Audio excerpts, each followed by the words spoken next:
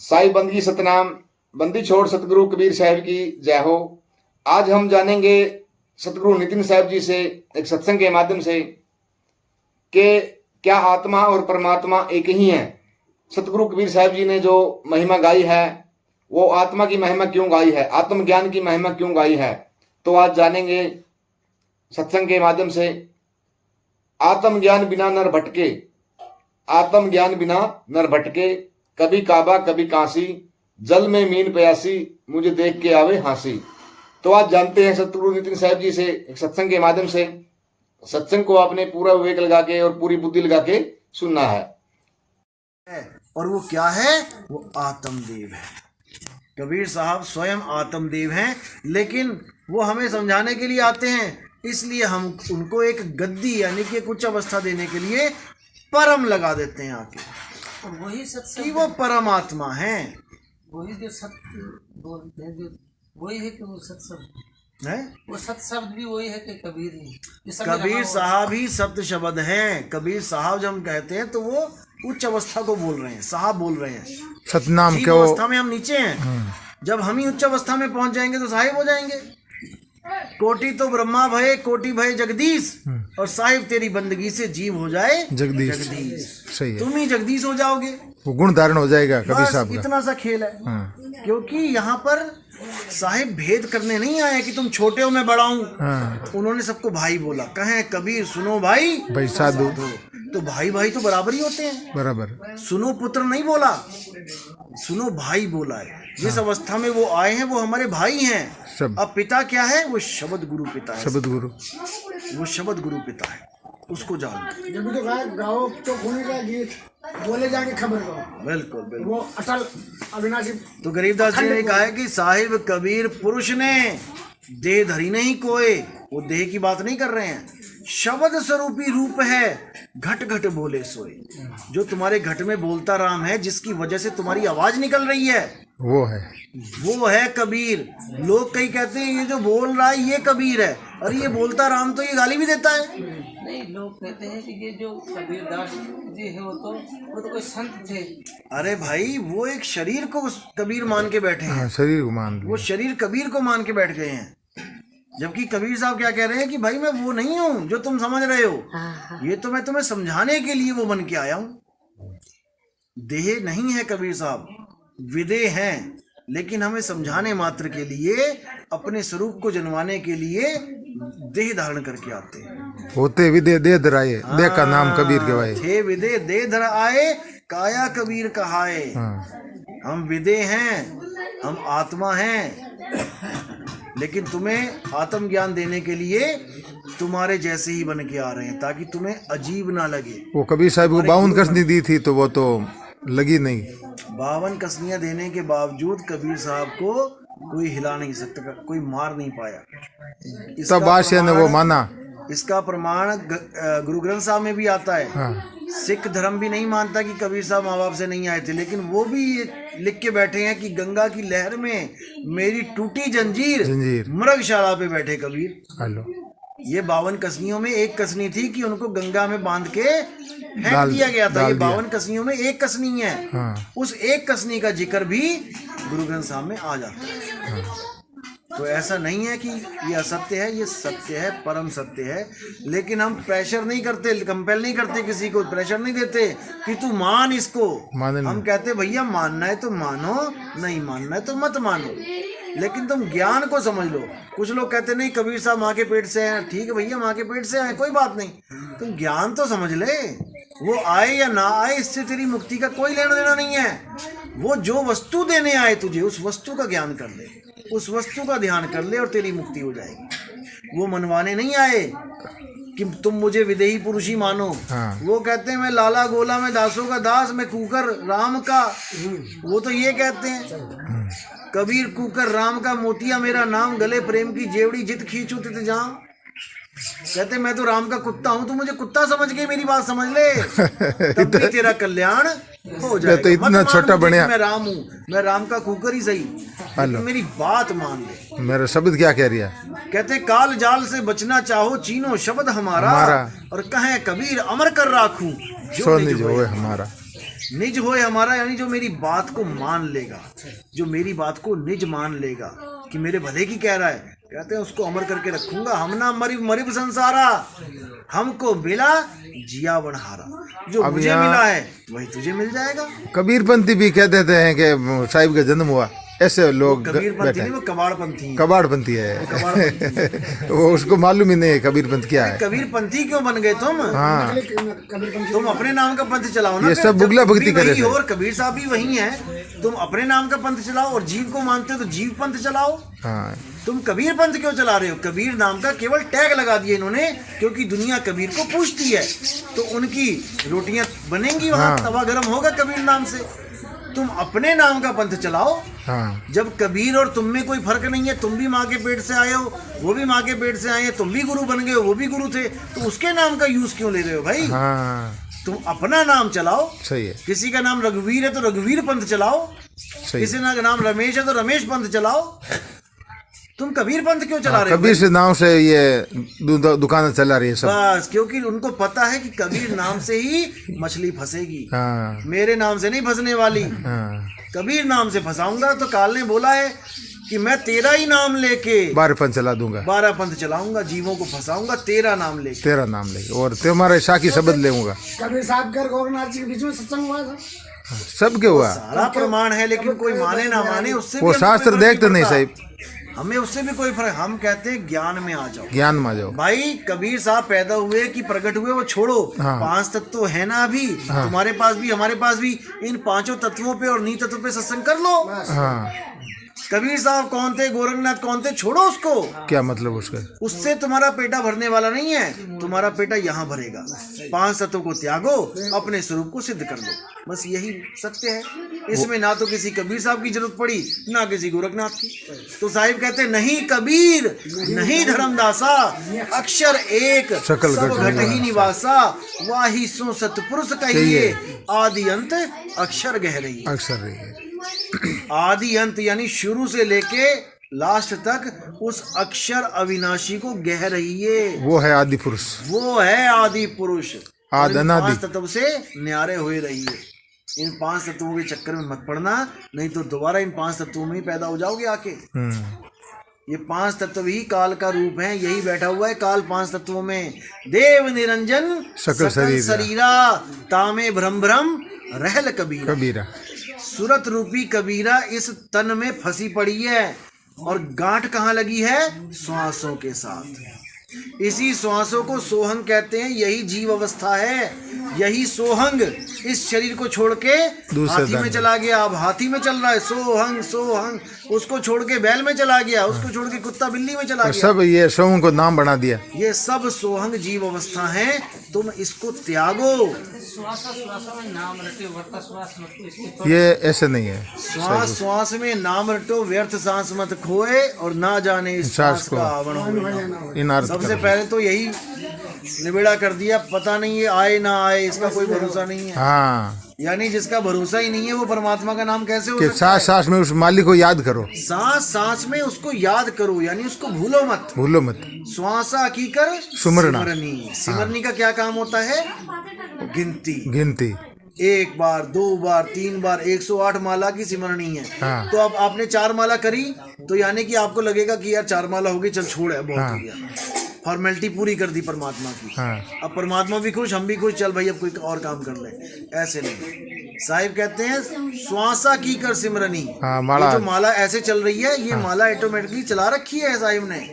श्वासा की कर सिमरनी, कर अजपा का जाप, उसका जाप कर जो अजपा है, अजपा, वो जपा नहीं जाता। जपा नहीं जा सकता।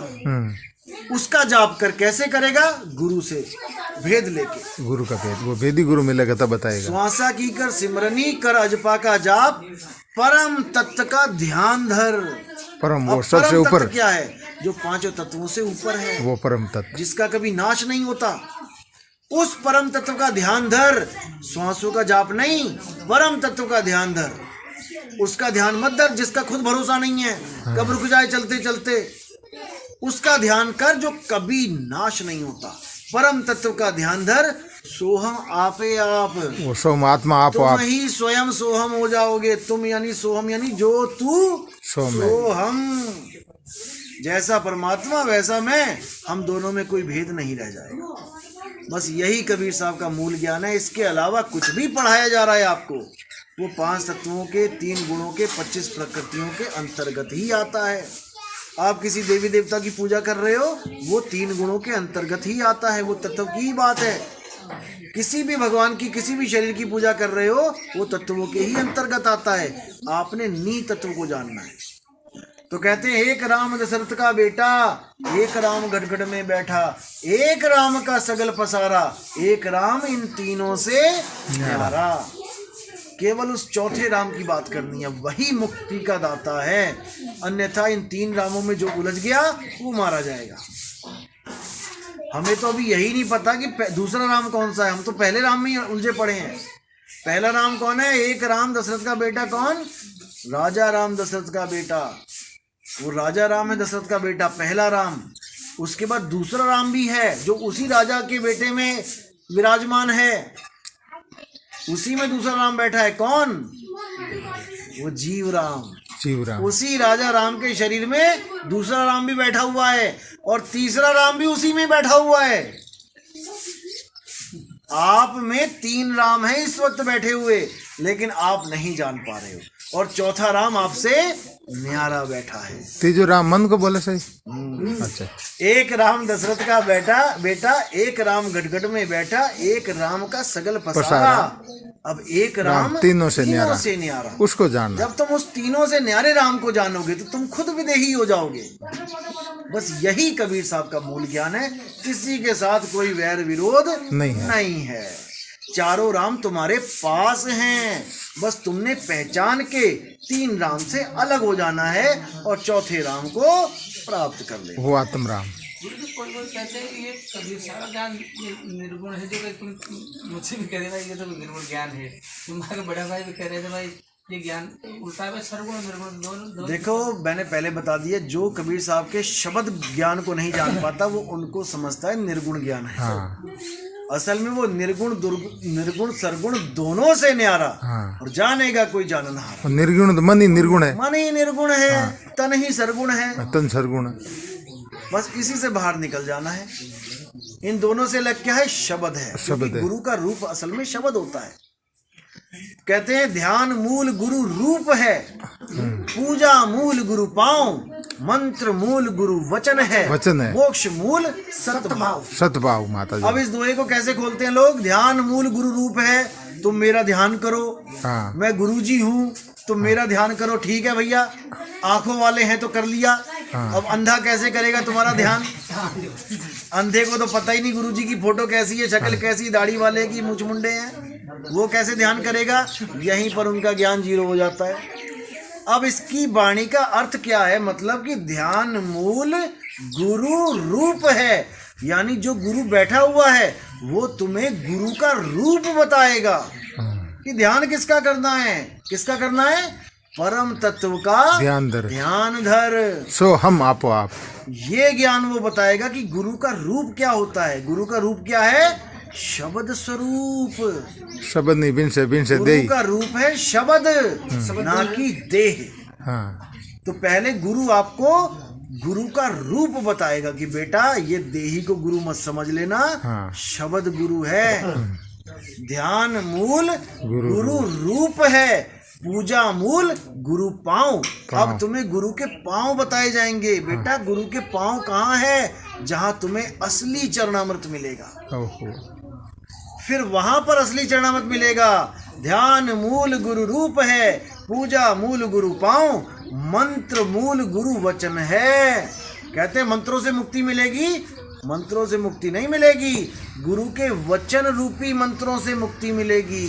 गुरु के वचन जान के सुन के तुम भ्रम से दूर हो जाओगे।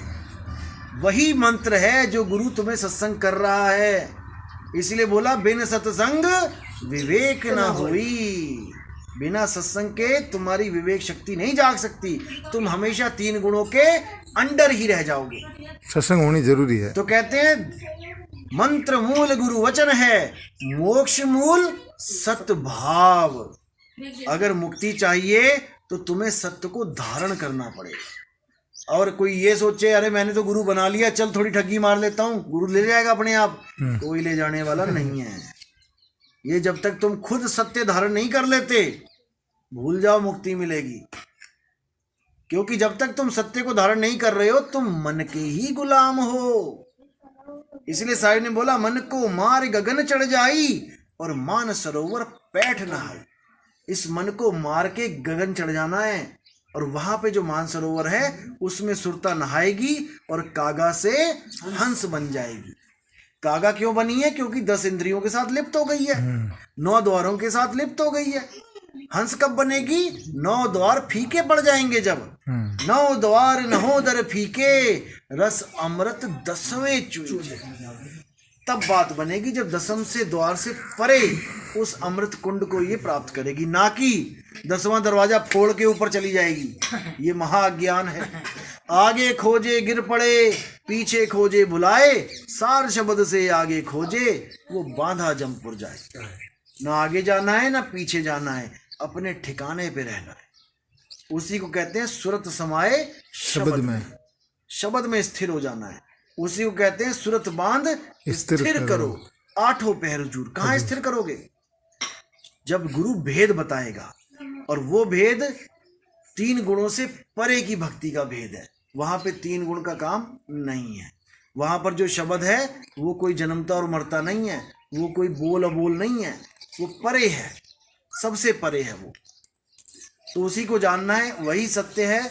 उसी का प्रचार करने के लिए बंदी छोड़ आते हैं, कबीर साहब आते हैं, और बिना वैर विरोध के, पाखंड के तो खिलाफ बोलते हैं वो, लेकिन वो किसी की भक्ति में विघ्न नहीं डालते। जैसे आप यहाँ पर कबीरपंथी हो गए, आपके घर वाले चाचा मामा जो भी हैं वो किसी और की भक्ति में लगे हैं, तो आप उसमें विघ्न मत डालो। समझाओ, 1 बार 2 बार समझ में आता है, ठीक है। वैर विरोध किसी से नहीं करना है। वो भी एक तरह से क्लास पढ़ रहे हैं, वो भी अपनी भक्ति पूरी कर रहे हैं। जिस दिन उनकी भक्ति पूरी हो जाएगी, समझ बढ़ जाएगी, बच्चा आगे बढ़ जाएगा। 10वीं का बच्चा 10वीं पार किए बिना कभी 11वीं की क्लास में जाके नहीं बैठता। भले उसके क्लास 12वीं तक है स्कूल, वो अपनी क्लास में ही जाके बैठेगा रोज। क्यों? क्योंकि उसको पता है जिस दिन मैंने ये पढ़ाई पूरी कर ली, एग्जाम दे के सर्टिफिकेट हाथ में आ गया, उस दिन मैं गर्व के साथ जाऊंगा 11वीं में। कोई रोकने वाला नहीं, कोई रोकने वाला नहीं है। इसलिए आप भी वैर विरोध किसी के साथ मत करो कि तू मूर्ति पूजा छोड़ दे, तू ये छोड़ दे, तू वो छोड़ दे। उसको पढ़ने दो। उसको ज्यादा से ज्यादा क्या बोलो कि ये तेरी जो क्लास पढ़ रहा है उसकी अंत सीमा ये है, हाँ, अड़ तक है, ये लास्ट है, जहां तुम जा रहे हो ये लास्ट पॉइंट यहां तक है, इससे आगे ये नहीं पहुंच पाएगा। उसके बाद क्लास ऑटोमेटिकली चेंज हो जाएगी। तो बस हमने एक रस होके, एक मत होके सबके साथ रहना है। कबीर तेरी झोपड़ी गल कटेन के पास, जो करेगा सो भरेगा, भैया तू क्यों भैया उदास। हमने उदास नहीं होना है। जो जैसे कर रहा है करने दो। हाँ, कोई जीव हत्या कर रहा है भक्ति के नाम पे, उसको जरूर समझाओ कि पुण्य की जगह पाप खट रहा है भाई, तू जीव हत्या मत होने दो। जहाँ पे जीव हत्या का कोई प्रोग्राम चलता है, कई लोग सत्संग के बाद जीव हत्या कर देते हैं, रात जगा देते हैं, उसके बाद बकरा काट देते हैं, वहां पे तुम कभी मत जाओ। उनको बल्कि समझाओ कि इस पाखंडवाद से ऊपर उठो भाई। चलो, बोले सतगुरु बंदी छोड़ कबीर साहिब की जय हो। सतनाम साहिब बंदी।